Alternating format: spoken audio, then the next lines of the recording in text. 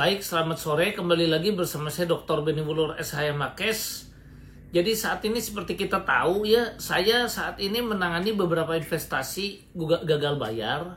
Di antaranya ada asuransi jiwa Kresna, ada Wana Arta, ada Kresna JBS, ada Vikasa Group, ada Indosurya, ada Koperasi Santosa. Dan sampai saat ini kami masih terus berjuang, kita masih terus fight.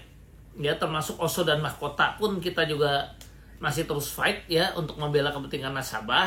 Yang saat ini kali ini yang akan saya soroti adalah minggu depan akan ada putusan dari gugatan perbuatan melawan hukum dari kita terhadap perusahaan ya, kemudian juga secara pribadi Evelyn dan kawan-kawan dan juga tim likuidator. Dan menurut kami ini seharusnya apabila majelis hakim objektif dan berpihak kepada kebenaran, maka sudah seharusnya gugatan ini dikabulkan karena tidak ada alasan untuk menolak gugatan ini. Kenapa saya katakan begitu? Satu, bisa dibuktikan para direktur dan beserta Evelyn dan kawan-kawan saat ini jadi tersangka. Ya, nah apabila mereka jadi tersangka, otomatis kan memang ada dugaan pengambilan duit, ya, daripada perusahaan dari Wana Arta, ya, di mana uang yang diambil itu seolah-olah tidak disentuh oleh tim likuidator. Coba tim likuidator itu membagikan remah-remah hanya kurang dari 1% atau mungkin paling banyak juga 1%, jangan-jangannya tidak mencapai 2%. Itu sampai saat ini yang dibagikan oleh tim kurator kepada para nasabah, para tim likuidator, bukan tim kurator tapi tim likuidator. Yang mana tim likuidator dibentuk secara nyata oleh buronan, ya. Nah sekarang yang jadi pertanyaan, bagaimana tim likuidator yang dibentuk oleh para buronan bisa loyal pada para nasabah, sehingga buronan ini mana ada yang tim likuidator melakukan gugatan minta sita jaminan aset-aset daripada Evelyn dan kawan-kawan, kan nggak ada.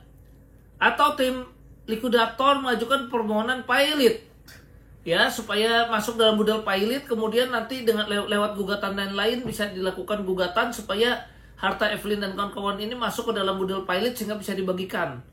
Kan nggak ada. Yang ada adalah sibuk membagikan aset-aset Wana Arta yang diduga udah tinggal remah-remah. Ya, dan ini ada keanehan, ya, ada beberapa nasabah yang diduga diperlakukan istimewa oleh tim likuidator. Kita minta diaudit karena ketentuannya tim likuidator itu mesti membagikan kan sama rata, ya. Jadi ada dugaan, saya nggak tuduh, ada dugaan. Saya tidak mau ada tim-tim lain yang ternyata seolah-olah jadi pendukung, ya, dikasih lebih, ya. Kita nggak boleh seperti itu, ya. Dan diduga seperti itu, yang diduga jangan-jangan ada dari dana-dana owner yang mengucur kepada tim yang diduga kita nggak boleh tuduh, diduga dibeli, ya, supaya jadi mendukung dan mengacaukan. Nah ini yang saya soroti di kasus Wana Arta ini. Kenapa? Karena ini yang betul itu seharusnya kan tim likuidator ini ditunjuk yang independen, ya, yang bukan dari buronan. Makanya kita gugat dan memohon kepada majelis hakim supaya kita diberikan kuasa yang tidak dicabut kembali untuk melakukan LPS dan menunjuk tim likuidator yang independen. Karena yang ini sudah bisa kita buktikan. Masa remah-remah saja yang dibagikan tapi Evelyn dan kawan-kawan tidak tersentuh? Ya, dan kurator dan likuidator itu seharusnya juga bisa melaporkan dong pihak-pihak yang dan melakukan gugatan perdata, pelaporan pidana dan sebagainya terhadap para pemegang saham dan lain-lain. Ini nggak dilakukan. Lebih memilih hanya membagikan, tim likuidator itu hanya membagikan aset-aset, ya, aset-aset yang mana itu udah diduga tinggal remah-remah di Wana Arta. Nah harapan kita tinggal di gugatan ini, ya. Nah saya mohon persatuan, ya, sebetulnya dari nasabah Wana Arta dan nasabah Kresna AJK. Coba kita lihat, ada perlakuan juga dari regulator yaitu OJK yang diduga kuat juga melakukan dugaan diskriminasi. Ya, coba bayangkan, mana ada lidik sidik atau menjadikan Evelyn tersangka lewat lidik dan sidik di OJK. Sifatnya hanya menghimbau pulang, tapi di Kresna Dia langsung melakukan lidik sidik berkali-kali, mencoba menjadikan direkturnya tersangka, ya mencari-cari segala cara, ya kan, ada perintah tertulis segala macam di Kresna, tapi tidak dilakukan di Wana Arta.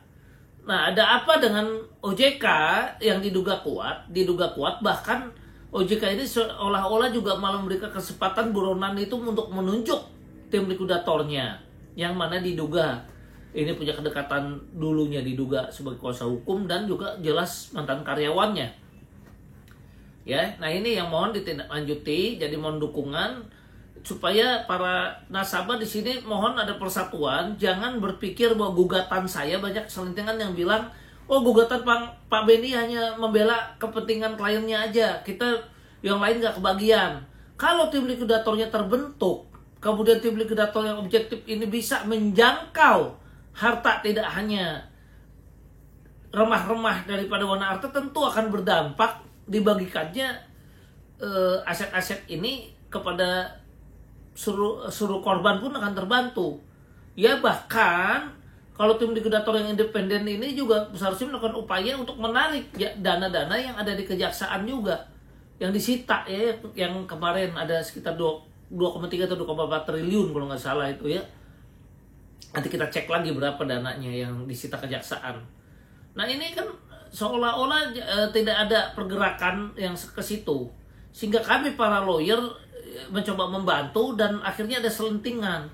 Ya, wah kalau ada dukungan kita nggak akan dapat keuntungan apa-apa. Sampai ada yang bisik-bisik, udahlah jangan dukung. Akhirnya terjadi perpecahan antar nasabah. Seharusnya ya gugatan ini didukung dan dibantu oleh seluruh nasabah, karena kepentingannya bisa berdampak luas untuk seluruh nasabah. Selain khususnya untuk hanya klien saya, sebenarnya ada dampak-dampak lain yang lebih luas untuk membantu terbayarnya dana seluruh nasabah Wana Arta. Ya, sekian dan terima kasih.